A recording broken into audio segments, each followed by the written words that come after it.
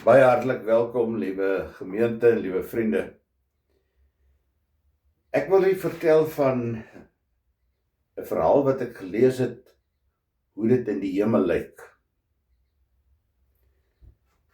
Hulle sê as jy instap by die hemel, dan is dit Petrus en Moses wat jou ontvang en jou verwelkom.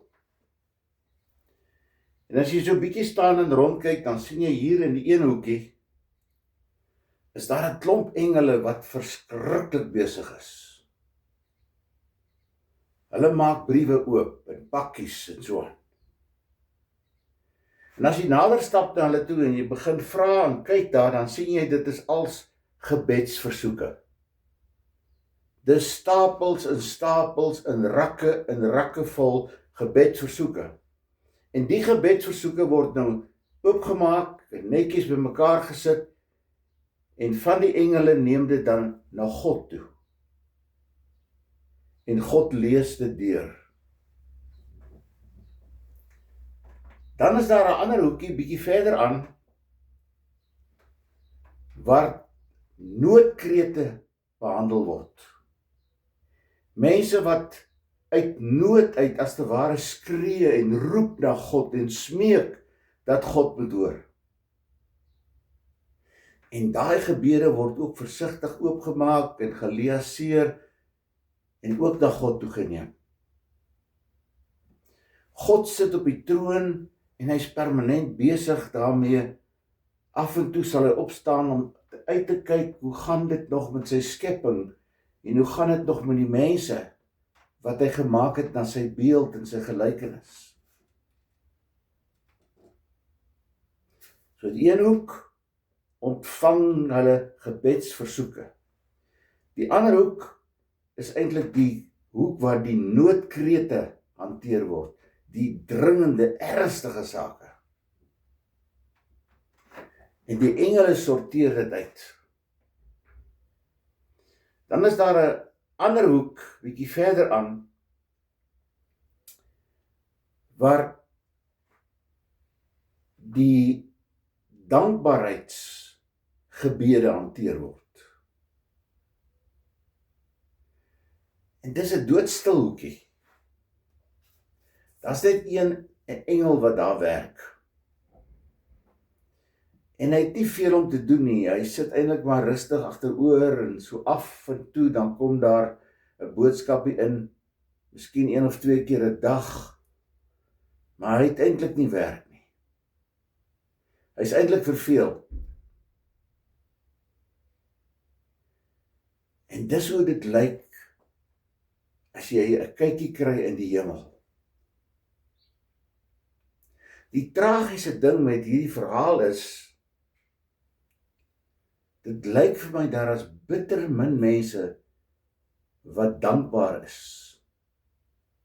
Ons sê van kleins af vir die kinders, as hulle ietsie kry van 'n oupa of 'n ouma of iemand, dan sê ons, en wat sê jy? Dankie. Dankie oupa, dankie papa, dankie mamma. Van kleins af word jy dit geleer. Maar hoeveel keer sê ons dankie vir die Here, vir my lewe, vir my gesondheid, vir my huis, vir my verblyf, vir my familie, vir my vriende, vir my kerk. Hoeveel keer sê ons pertinent vir die Here dankie vir wat hy vir ons doen in ons lewens? Hy as die skepper van hierdie wêreld. Hy wat hierdie wêreld in stand hou. Hoeveel keer doen ons dit? Want blaai jy na die Bybel toe, en jy gaan sommer hier na Tessalonisense 5 toe, dan staan daar, julle moet gedurig dankbaar wees in alle omstandighede, want dit is die wil van God in Christus Jesus, dat julle dankbaar sal lewe.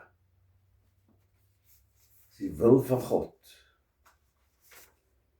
Kolossense 3 praat ook daardeur. Die boodskap van Christus moet in julle rykdom, moet soos rykdom in julle bly. Leer en onderrig mekaar met alle wysheid, met dankbaarheid in julle harte, met dankbaarheid in julle harte, moet julle psalms en lofsange en ander geestelike liedere tot eer van God sing. En wat julle dan ook al sê of doen en sing, dit alles in die naam van die Here Jesus Christus, en dank God die Vader deur hom. Selfs die Israeliete het sulke lof en dank psalms gehad, soos Psalm 35, waar hulle lof en dank aan God betuig het vir die goeie wat hy in hulle lewe bewerkstellig het. Nou kan jy dadelik dalk vir my vra, maar waarvoor moet ek dankbaar wees? Vir wat moet ek dankie sê? Wel, miskien het jy ons al gewoond geraak, maar ons moet ten minste dankie sê vir 'n Vader, 'n God, wat hierdie wêreld geskep het, Genesis 1, wat uit die chaos orde gebring het. En wat nie maar net agteroor sit, laat Gods water oor Gods akker loop nie, maar wat die wêreld onderhou. En dat die planete en alles nie van hulle baan afgaan nie. Want dit sal chaos wees. Dank die Vader dat hy sy seun Jesus Christus gestuur het om mens te word, om die paadjie te loop van menswees van kinderjare af, totdat hy aan die kruis gesterf het. Sodat hy die eienaars en amens van menswees in alle fasette kan beleef en deurleef.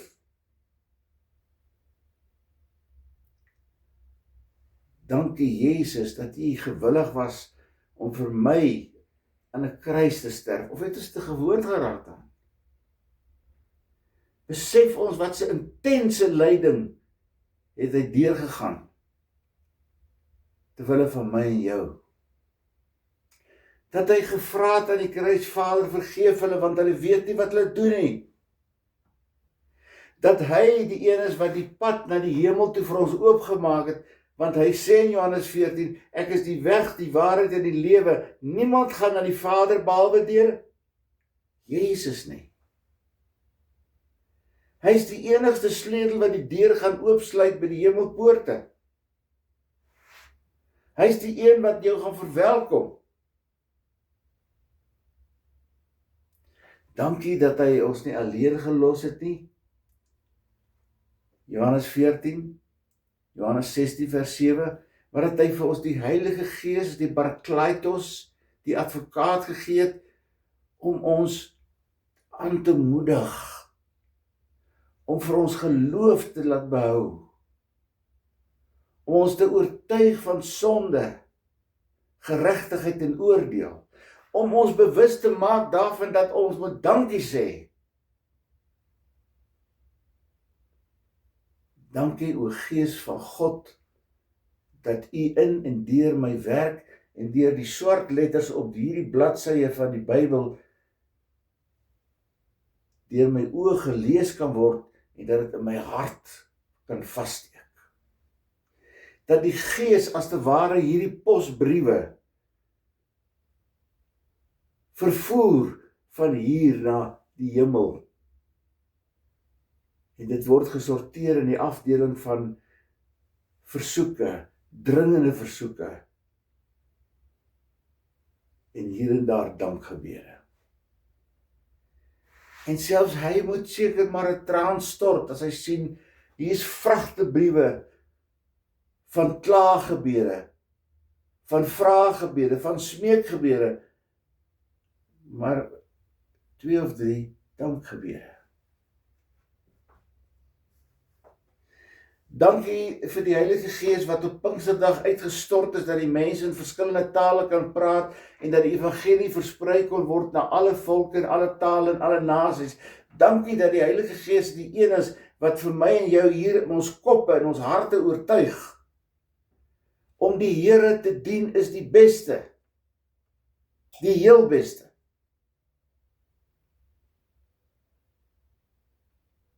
Dankbaarheid, dankbaarheid. Die Israeliete was verplig om hulle dankliedere te sing. Ons is nie verplig nie, maar eintlik is ons. Wat is daai mooi liedjie wat ons sing? Tel jou seëninge, tel een vir een. Dink ons nog daar? Of daai lied 230, ek sing dankbaar my verlossingslied. Dankbaar. Want ek is 'n verloste kind van die Here, nie op grond van my eie goedheid en begaafdheid en intellek nie, maar op grond van die genade wat God in Christus aan my betoon het. Dankbaar, dankbaar. Die probleem is wat met ons gebeur het, ons het verval in 'n verbruikerskultuur of 'n verbruikersmentaliteit. En dit het allerlei dinge veroorsaak dat ons wantroue het en dat ons daar stikkende verhoudings is en dat daar oorlog is en honger en vyhandigheid teenoor mekaar en ons raak ontevrede mense wat dikbek deur hierdie lewe rondloop. Terwyl as jy daar gaan sit, 'n slag aan een kant en jy tel jou seëninge en jy dink oor dit wat jy het. As jy net gaan dink jy het 'n dak oor jou kop en jy het familie en vriende wat vir jou omgee, wat vir jou lief het. Jy kan na die kerk toe gaan en die Here gaan aanbid. Selfs dit skeep ons af. Wat ons aanvaar het maar net, ja wat, ek kan maar by die huis bly. Ek hoef nie noodwendig moeite te doen om vir die Here te gaan dankie sê nie. Dan trek ons 'n streep deur die liefde van God. En dit gebeur meer en meer en meer. Dit is tragies. Baie, baie tragies. Wie van ons begin ons dag met lof? En eindig ons dag met lof? Of begin ons dag met dankbaarheid, dat ek kan opstaan en 'n nuwe dag kan sien en voel en beleef, en 'n dag kan afsluit met dankbaarheid vir wat ek gedoen het? Nee, ons doen dit nie meer nie, want ons kla en sug onsself dood. En die gebede wat opgaan is ontevrede gebede, is ondankbare gebede, is klaaggebede, is murmurerings. En natuurlik is daar tye wat jy met God kan murmureer en vir hom waarom en hoekom vra en in 'n worsteling met God gaan, soos Habakuk en Job. Natuurlik kan jy. Maar jy moet op 'n punt weer kom dat jy kan sê, dankie Here, dat U my hierdeur gelei het.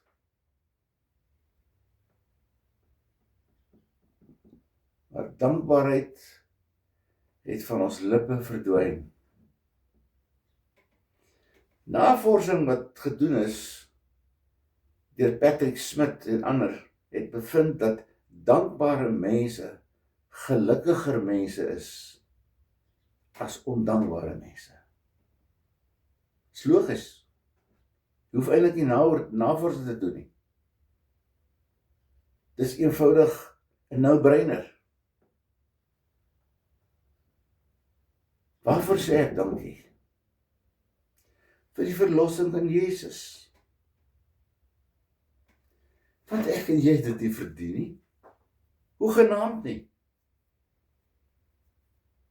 Ons lees in die Bybel daaroor, dit het al vir ons so ou, argaïese verhaal geword, dat ons eenvoudig nie meer so ernstig raak nie.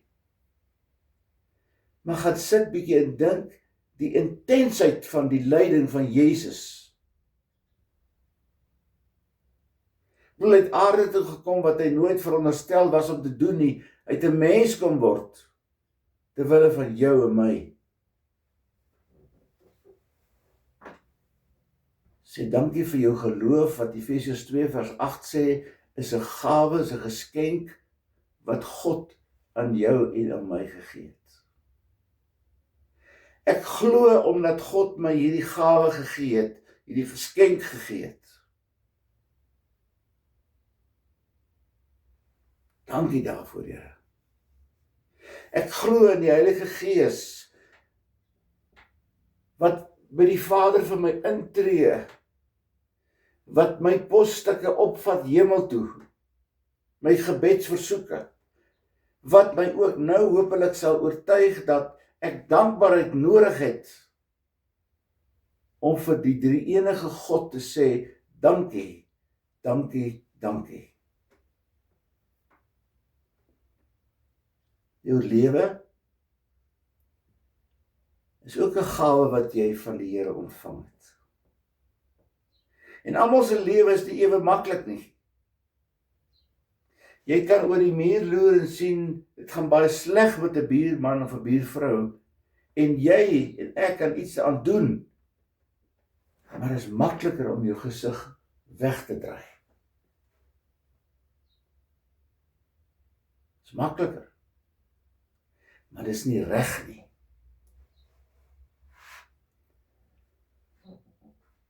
So die vraag wat ons ook kan vra is, maar hoe sê ek dan dankie? Ek begin dankie sê elke dag vir God en vir Jesus om te sê, dankie vir my lewe, dankie vir my gesondheid.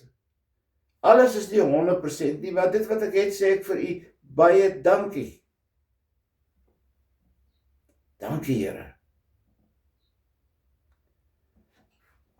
Sê dankie vir wat die Here onlangs vir jou gedoen het. Dalk het jy deur 'n geweldige krisis gaan, jy het dalk 'n man of 'n vrou verloor. Jy het dalk 'n geweldige knik in jou gesondheid gekry, maar jy is besig om weer kragte op te bou, en jy doen moeite daarmee. Dankie, Here, daarvoor. En die punt is, dit moet 'n gereelde instelling en 'n gereelde gewoonte by jou wees. Moenie af en toe besluit ek moet daarom tog maar vir die Here so 'n briefie stuur en sê dankie nie. Dit moet deel wees van jou lewe. Dat jy dankbaar jou verlossingslied kan sing. Want daar staan in Kolossense, want dit is God wat dit van jou vra. En ten spyte daarvan dat die Here van jou dit vra, ignoreer ons dit.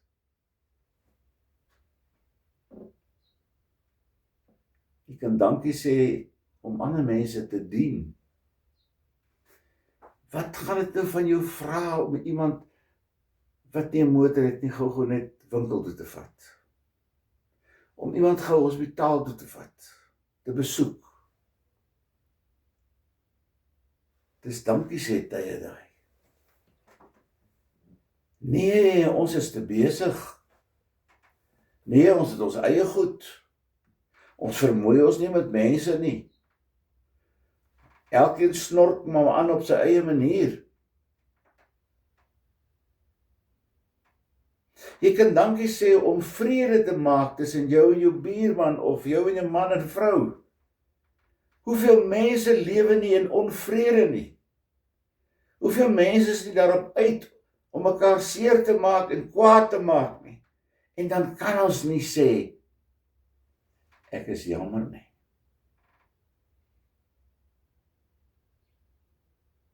Wat gaan dan met ons aan? Of het ons al so kliphard geraak, dat ons weier om te sê, ek is jammer, ek vra om verskoning.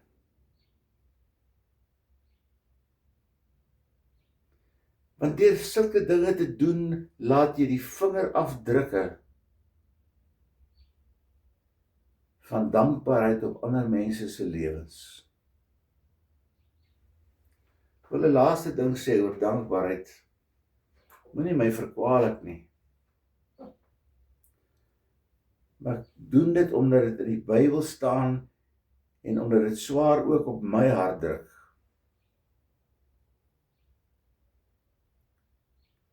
Het jy al gesien as die kollektebordjie verbykom?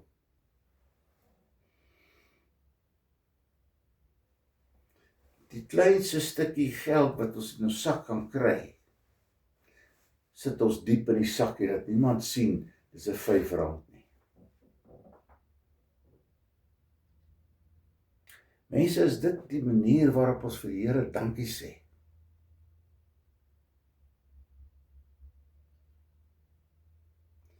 Jy weet, Maleagi praat daaroor, en die beginsel wat Maleagi 3 uitspel is, as jy 100 skape het, en hulle gaan so in die kraal in, dan begin jy tel. Die eerste een is die Here se, tweede is die Here se, 50ste is die Here se, 71ste die Here se, 80, 90, 100 is die Here se. Want alles behoort aan die Here. En dan kom die Here en hy sê, gee my net een. Gee my net een skapie. Vat die 99 vir jou. En wat doen ons?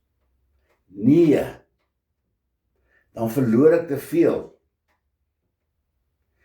Want die laaste ding, het Dr. William Marais altyd gesê, wat tot bekering moet kom, is jou geldsakkie.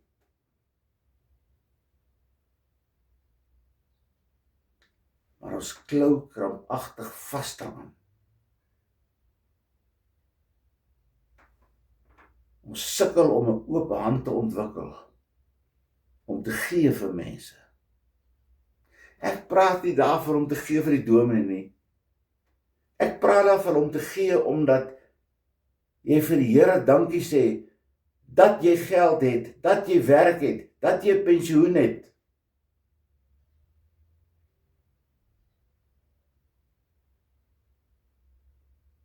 Mag die Here help, dat ek en jy dankbare mense sal wees.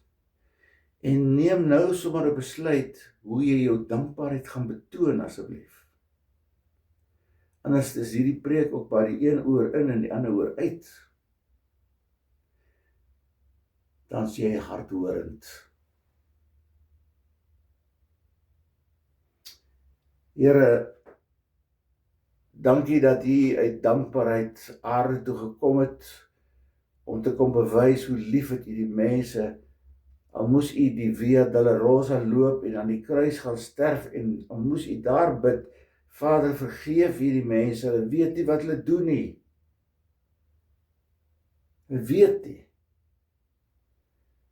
U sê dit in die woord, ons moet dankbaar lewe en met 'n dankbare lewenstyl omgaan. So daarom vra ons, Here, laat ons tot bekering kom en vergewe ons sondes in Jesus naam. Amen. Ontvang met blinde harte die seën van die Here. Miskien moet ons die seën uitspreek. Ek vat aan my sakke en ek vat aan my lyf. Mag die genade van ons Here Jesus Christus, wat alles vir my gee en doen, en die liefde van Jesus, wat my dwing en dring, en die Heilige Gees wat my in my kop oortuig, mag die drie-enige God met jou en my wees. Amen. 'n mooi dag vir elkeen van julle. Totsiens.